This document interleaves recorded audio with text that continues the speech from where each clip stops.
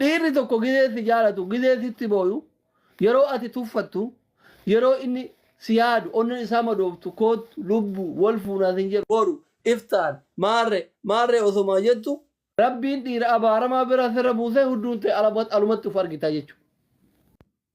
Shayxaan waliitu si wasaawwasee shishinima ofirraa orrartaa jechuudha. Dhiira gafina jaalallee keessanitti hin gafina abbaan manaa keessanitti hin gafina. Wallaahi qalbiin cabsina hin salphattani. Akirri intaloo jaarsa ofii yookiin jaalallee ofiitti gaftu gurbaa haadha manaa isaa yookiin jaalallee isaatti gafu akirri salphina. Wallaahi osoo isiin si jala boottu gattee yoo deemte hin salphatta akira kee. Wallaahi hin salphatta.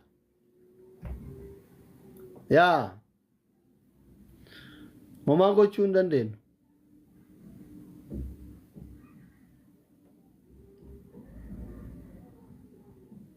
Jaalala keessatti wal eeggadhaa please. Walin cubbisinaa please. Ha walitti hin booninaa please. Duniyaa boru irraa deemtanii jettanii fooqii ijaarra maarree ijaarra keessattuu hedduu shamarran kenna gizee dhiirri biyyaa fakkeenyaaf biyyaa jaalala qabsiiftan warri itti boontan warri jaarsi keessan biyya alaa isin ergatee itti jijjiiramtan. Amma Itoophiyaa keessa faashinii maaltu jira? Fuudhanii biyya alaa ergachuu. Amma yeroo hedduun shamarran Dubaayii fi Suudii jiran warra jaarsa biyyaa qabu warri karaa seeratiin deemu. Hin sobee parsantiin 95 shamarran Dubaayii jirtuu fi ta Suud Arabiyaa jirtu. Alfoo ta Kuweetiin jirtu warra biyyaa jaarsa qabu ilmoo tokko qabu. Dikko deemtee baatii lamaa sadii ruuza kana xallaftee shiroon keessaan haphanne jijjiiramte hin jibbisiisa. Maaliif telefoona bitattee asirra minaamin tiktookii kana maal jettee waraaboo eegallaan kabiyyaa suniin jibbisiisa. Osomaa isiin kabiyyaa san awwaaltee sagalee isaa tuffattee badhisumaa miskiina duraan madabii gubbaa waliin rafaa turte.